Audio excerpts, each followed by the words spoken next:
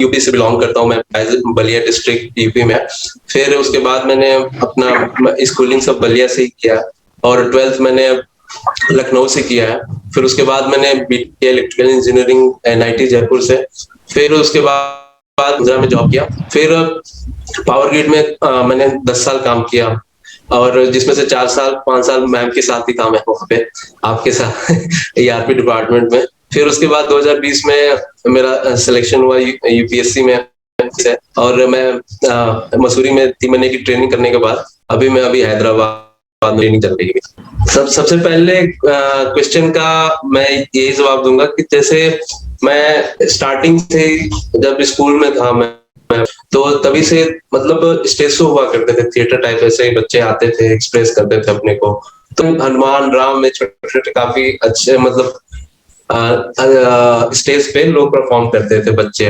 तो बचपन से ही था कि कहीं ना कहीं मैं भी ये चाहता था कि मैं भी वहां पे लोग जाऊं, सब कोई देखे, सब कोई ताली बजाए, हर चीज। और एक और चीज था कि आने वाले टाइम में जब भी, अभी तक थोड़ा सा एक साइनेस टाइप है अभी भी, और एक एक्सप्रेशन एक ऐसी चीज होती है कि जो हम एक दूसरे को मतलब कन्वे कर सके, as a father, as a brother, as a कुछ भी, कोई भी कैरेक्टर हो, एक एक्सप्रेशन होता है कि सामने वाले को अपनी पूरी बात, ऐसा नहीं कि वर्बल सब चीज कहा जाए, कुछ होता है फेशियल एक्सप्रेशंस भी होते हैं जिसके कारण मतलब हम अपने आप पूरी बात एक दूसरे में। पावर भी ज्वाइन किया था तो मतलब आप हमेशा एक कहते थे कि आओ यहाँ पे एक बार देखो कैसे होता है। यही था कि मैं अपने आप को, मेरे लगता है कि मैं अगर मैं थिएटर करता तो मैं अपने आप को ओपन कर पाऊँ, अपने हर चीज, अपनी बातें, अपनी किसी को समझने का भी एक तरीका है, सामने वाले का कैसे एक्सप्रेस कर रहा है। और कहाँ से मैं ये जाना कि और गिट से फिर आपका एक ऑनलाइन, ऐसे ही आपने वीडियो शेयर किया था मतलब आप ये ऑनलाइन वर्कशॉप भी करते हो। फिर उस टाइम से फिर मन में हमेशा था कि हाँ मतलब मैं इसमें आ जाऊं, क्योंकि बीच में फिर मैं तैयारी करने लगा था यूपीएससी की, तो मेरे को टाइम नहीं मिल पाया कभी भी। और यही है थाना पुलिस की। तो मैं सोचा कि चलो कम से कम इस एक बार मैं सेशन अटेंड करता हूँ, फिर देखता हूँ कि आने वाले टाइम में क्या चेंजेस होते हैं हमारे मतलब मेरे लाइफ में, या मतलब आने वाले टाइम में, और क्या मैं एक्सपेक्टेशन करता हूँ कि ताकि मेरा यही एक्सपेक्टेशन है इस वर्कशॉप से कि जैसे मैंने मैं थोड़ा सा इंट्रोवर्ट टाइप में, जब भी किसी ग्रुप में बैठता हूँ मिलता हूँ तो थोड़ा सा उतना मैं अपने आप को ये चीज बोलनी थी उसके ग्रुप में ऐसे है। और कभी भी कोई क्लास में बैठा हूँ, लेक्चर चल रहा है, तो क्वेश्चंस आते रहते हैं दिमाग में कि मुझे ये पूछना था, ये पूछना था, लेकिन एक साइनेस था कि हाँ मतलब वो बातें नहीं पूछ पाता। और मुझे लगता है कि एज ए पुलिस, अगर मैं आने वाले टाइम में अगर ये सब चीजें आते हैं तो मैं इन्वेस्टिगेशन भी सही कर सकता हूँ, मैं लोगों को जान सकता हूँ, कोई भी इन्वेस्टिगेशन हो रहा है ना, क्योंकि क्राइम बहुत सारे हो ऐसे ऐसे मतलब as a compassion empathy, I think it will be develop through this. Thank you. आज मेरा ये अविघ्न थिएटर्स वर्कशॉप का पहला सेशन था, जिसमें एक रिलैक्स होने को बोला गया और बोला गया कि अपना नाम बहुत तेज़ी से लो, बहुत तेज़ आवाज़ में लो। और जब मैंने तेज़ आवाज़ में लिया, एक अंदर से जो एक वाइब्रेशन सी फील हुई, और मैं उसको रिपीट कर रहा था, तो ऐसा लगा कि हर बॉडी का पार्ट मेरे से बात करने की कोशिश कर रहा है। और और ऐसे इससे पहले जैसे कि कभी हम अकेले बैठे हों, कभी गुस्सा होता है तो तब अपना नाम लेता है आदमी, और कभी दूसरा कोई पुकार रहा है तो तब अपना नाम लेता है। तो आज जब मैंने ये जब चिल्लाया, मैं अपना नाम बार-बार ले रहा था, तो ऐसा लग रहा है कि हाँ, मैं अपने आप से बात कर सकता हूँ, अगर मैं अपने आप को समझा सकता हूँ, और अपने आप को समझ सकता हूँ, और शरीर का हर पार्ट, हर चीज़ एक वाइब्रेशन के साथ एनर्जी, एक पॉजिटिव एनर्जी एमिट कर रहा था, जो मुझे लगा कि I think I can be a better in expressing my self. Thank you. Hello everyone.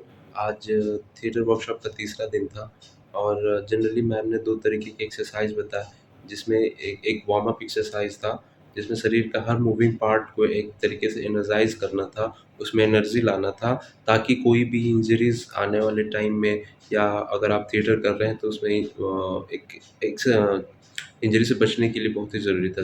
Second था फेशियल का एक्सप्रेशन जिसमें चेहरे के हर पार्ट को एक तरीके से मूव कराना था।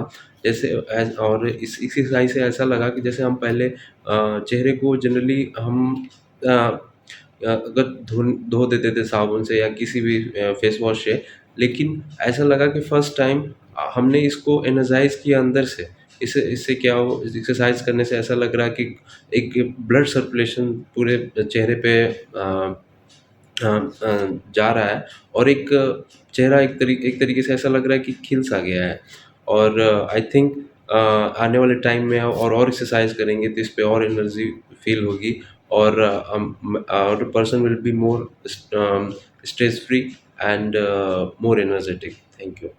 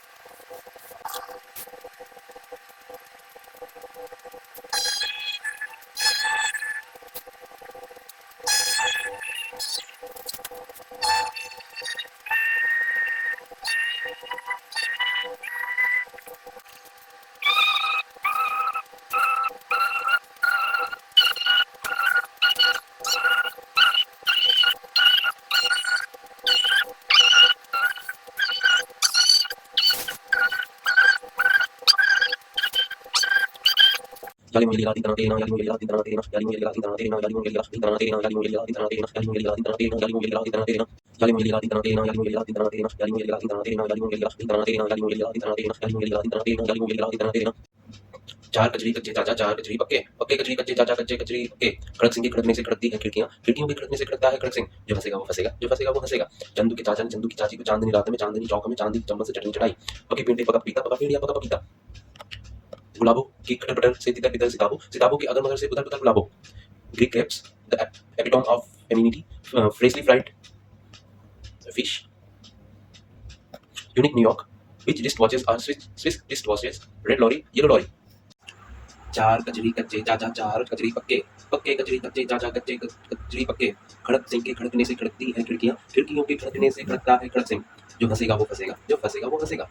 चंदू के चाचा ने चंदू की चाची को चांदनी चौक में चांदी की चम्मच से चटनी चटाई। पके पेड़ पे पका पपीता पका पेड़िया पका पपीता। गुलाबों की खिड़ा पटर से तितर बितर सिताबो, सिताबों के अगर मगर से उधर उधर गुलाबो।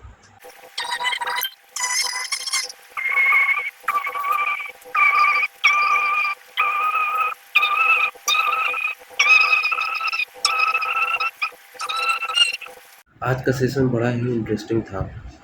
मैम ने हमें कैसे अपनी चीज़ों को अरेंज करना और कितने छोटे से टाइम में उन चीज़ों को इधर उधर फैलाना है और एक जगह कैसे समेटना है। उसके अलावा मैम ने हमें 8 तरीके के डिफरेंट पोजीशन बताए, जिसमें से ये देखना था कि हमें मोस्ट विजिबल फेस किस पोजीशन पे पूरे ऑडियंस के लिए होगा। उसके अलावा मैम ने एक प्रैक्टिस कराया जिसमें 9 रसों को हमें यूज़ करके एक सेंटेंस को बोलना था।